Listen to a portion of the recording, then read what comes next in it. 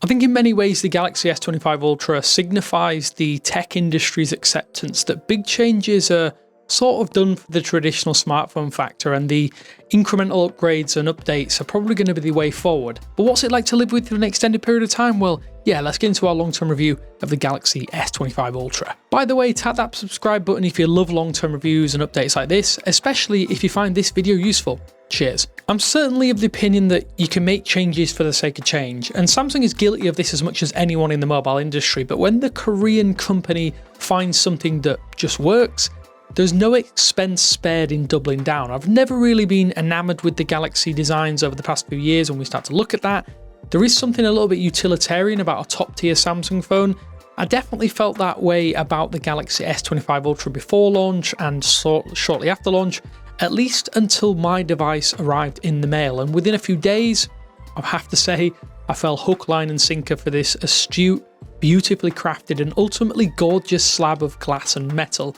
We're almost 6 months down the line and nothing else has managed to scratch the itch for me quite like the S25 Ultra. Sure, I would say a few more colour options would have been welcome, but throw the phone in a case like most of you will do, and I think you can add the flair here if you need something a little bit bolder or brighter. Luckily, Samsung is one of those few brands as well that has a great selection of accessories to choose from, which is something on Android that we lament and complain about all the time. I've actually committed a cardinal sin as well with my device, and I've slapped a screen protector on the anti-glare coating of that beautiful display. Gorilla Armor 2, sure, it might offer better scratch protection, but when I've spent $1,000 plus a micro scratch on the screen such as this, it just makes me not want to deal with it. So a screen protector for me is a must. So far, it's kept the screen safe, and even diminishing the key selling point, I just can't get enough of this panel. So simply put, it's the best I've ever used on mobile. The bezels, the brightness, the colours, every single thing here combines and nothing else quite comes close. I haven't tuned or adjusted the display profile out of the box. I've kept things at the default settings. I think Samsung really did nail this from the get-go. The Pixel 9 Pro does get brighter, but it's the full package I think that Samsung offers that really does keep me content. Videos pop, the Galaxy S25 Ultra speakers boom, and when playing games, the blocky shape of the device itself actually coincidentally heightens experience. Sure, I wouldn't call it a true gaming display, but bilateral mobile, I don't think it's ever been as fun or ever looked as good. There's one elephant in the room here though. The S Pen has been losing capabilities basically left, right and centre over the past couple of generations. Losing Bluetooth connectivity this year I think is a real blow for a power user, and it means you can't use certain functionality. As a former Galaxy Note evangelist, I'm actually sorry to admit that I've really barely touched the stylus beyond the odd note or checklist this time around. It's evident to me that Samsung is slowly moving away from relying on this tool, and I actually do worry it might be ditched in the long term.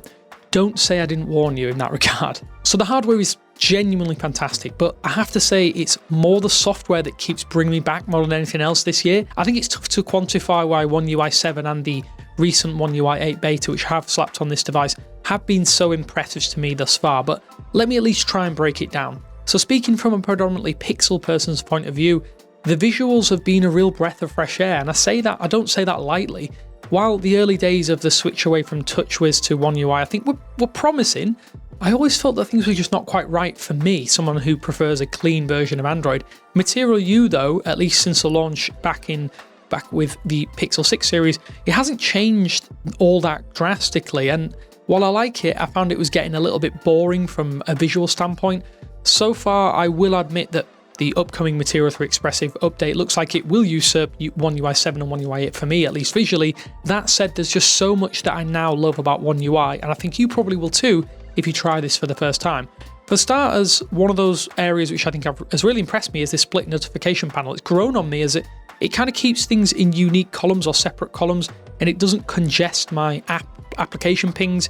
Even the settings section has a really powerful AI search functionality that makes finding things a little bit easier, and as someone who does delve into the settings quite a bit due to doing videos for this channel, I basically just search for what I want when I need to make changes, rather than scroll around trying to basically find things blindly. There's another ace up Samsung's sleeve, and that's called Good Lock. I think this has been the missing puzzle piece for my customization hopes and dreams over the past few years. It's not working properly with the One UI 8 beta, but the plugins that I have been using with One UI 7 pre-update seem to be holding firm in this pre-release, at least for now. I have a basic layout for my home screens. I'm not someone who goes over the top with this, and I instead like to do things just like change the icon shape, remove things from the status bar, and even add things like tweak the volume control panel to look a little bit different. This really does barely scratch the surface of the overall possibilities, and I am eager to try making more changes when working with Android 16 in the future, but it has really changed how I use One UI versus how I did in the past. I think touches like improved animations, the icons themselves, and the extra under the hood work complete what is already an extensive Android experience. Realistically, over the past few years, One UI has evolved into a good looking skin that still maintains its utility driven appeal that loads of you seem to love and laud. Save for Gemini, I can't say that I've used many of the AI features that Samsung has been pushing as part of that Galaxy AI suite though, and there isn't really a reason for me to utilize any of these, as I don't think I need to automate my phone with things that I really do want complete control over. I just don't trust my phone quite yet to send text messages to my friends and family or add things to my calendar without a little bit of manual oversight. Because of that, I do think there isn't much point in using voice controls to do things that you can do manually. That's kind of how I feel about this entire Galaxy AI suite of functions, even after months of trying to shoehorn them into my day-to-day life. So if you don't care about AI features, forget about them and enjoy One UI and the Samsung Galaxy S25 Ultra for what it is. I think when we start to look at the actual overall package in terms of software, is there anything groundbreaking elsewhere? I'd have to say no. Android as a platform is just so mature now that you don't really, or you kind of need to work out the functions that you feel are important to you, then just pick the device that suits you. The Galaxy S25 Ultra is certainly a powerhouse with an overflow of power user functionality baked in, just like many of the expensive smartphones from other manufacturers out there. There is only one area realistically where I want a little more from the Galaxy S25 Ultra, at least in my time with this device, as using it as my main phone for the better part of 6 months or so. Having used it exclusively since launch, the camera system has, well, make no mistakes, it's a good setup. It's just been left behind or left in the dust by the likes of Vivo, Xiaomi and Oppo, who I think are intent on doing insane things with their flagship camera setups in ways that Samsung probably doesn't. I do think Samsung has aimed for consistency this time around, and they've tried to do this over the past few years. And if that was the goal, then I do think the company has really succeeded. And I've been delighted with the still photo capabilities of this phone. I do think photos look a little bit more vibrant than the Pixel 9 series, but they have been muted over the past maybe 4 or 5 years, at least compared to what a lot of people would say is the saturated Samsung look. I don't think that exists like it used to. I've more or less exclusively stuck to the 3x mode for my photos. I think that looks really good. It's almost like the perfect happy medium when you are using this device. I think having a huge zoom range up to that 100x is just really nice to have on hand when you're out and about. I will say pictures look great up to around 15x, and they're pretty tack sharp within that range. Beyond that, it starts to break down, but most of the time it's just for fun. I think you should go over that zoom range. I do think it's tough to defend the slow shutter activation though. This is something that when you tap the capture button, it just isn't all that instant, or it doesn't instantly capture an image like it does on some phones out there. Even using that quick launch power button shortcut, aka double pressing the power button, isn't exactly fast for a device of this caliber and a device with this much hardware under the hood. I do think Samsung should spend some time on resolving that, as it's really been a persistent issue with Galaxy phones over the past few years.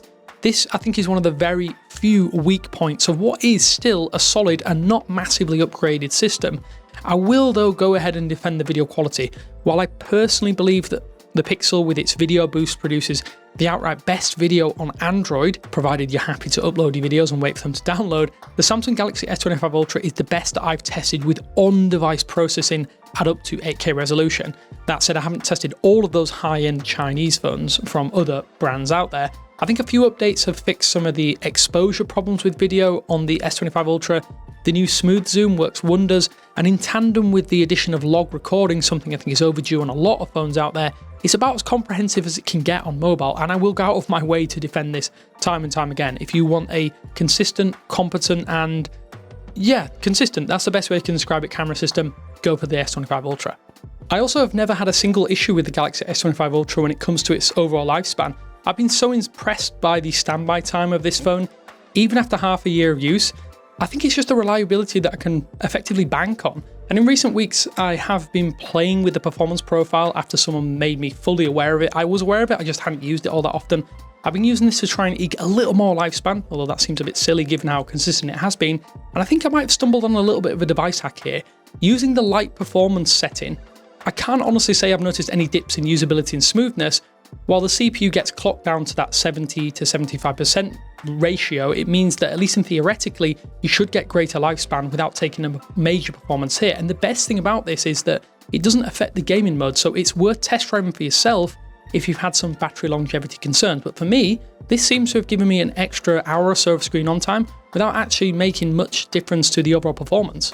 I do have one critique for the battery though. I'm a little bit disappointed Samsung wasn't willing to experiment or at least upgrade the battery tech from the lithium cells that they're using here to silicon carbon like the OnePlus 13 uses. I think the extra capacity with the better thermal performance would no doubt have given this the edge as the handset does start to age and start to break down, as they do over time anyway. I'm not going to call the charging slow at 45 watts, but it isn't exactly fast by any major metric either. I'd just love to see Samsung do something like 65 watt charging on the next device. That could be a really nice bonus to anyone who looks to the Galaxy S25 or S26 Ultra, for an upgrade in terms of the hardware. So I'm going to start to round this out, spending my time 6 months or so with the Galaxy S25 Ultra. I think there's something strange about layering plaudits and praise on a smartphone that realistically just doesn't take many risks. I think it's a contradiction in the industry that is propped up by major changes, or at least has been propped up by major changes almost every single release cycle in years gone by. I think in the past few years specifically, I've almost exclusively used a Google Pixel as my main sidearm, so to speak. With 2025 feeling very much like a year of contradictions, it's actually the first since the release of the Galaxy Note 9 that I have my main SIM in a Galaxy phone and have kept it in a Galaxy phone. Almost every other device, save the OnePlus 13, which we will come onto in this channel in a future release, I think no other phone has really held my interest quite so intently. All of the little intangibles do really start to add up and craft one of the best phones that you can go out and buy. Sure, I do think it is retail price, it is overpriced, but I've been really hooked on the Galaxy S25 Ultra, and in particular One UI 7 like I never really anticipated. Do think the camera needs some upgrades. The hardware could be considered a little bit too angular for some people out there, but you throw a case on it anywhere. But I have to say, I'm finding it hard to look elsewhere for a phone that I want to use on a day-to-day basis. If the upcoming Pixel 10 is to dislodge this phone from my pocket and damage my wallet, Google really does need to pull out all of the stops. The upside is that if this doesn't happen, the discounts on the Galaxy S25 Ultra currently make it a really enticing alternative option. I would say just don't pay that full retail price where possible, and you will get arguably one of the best phones of the year so far. Tell me what you think of the Galaxy S25 Ultra. Have you tried it for yourself? There are a few little things here and there that, yeah, they're a bit nitpicky in terms of the overall quality and consistency, but yeah, everything else shines through. This is a fantastic piece of tech, and it's done it without really a great deal of fanfare, and that is something I have to give Samsung credit for. Yeah, like I say, let me know what you think down in the comment sections below. Thanks for watching, hopefully you've enjoyed this video, and I will speak to you later.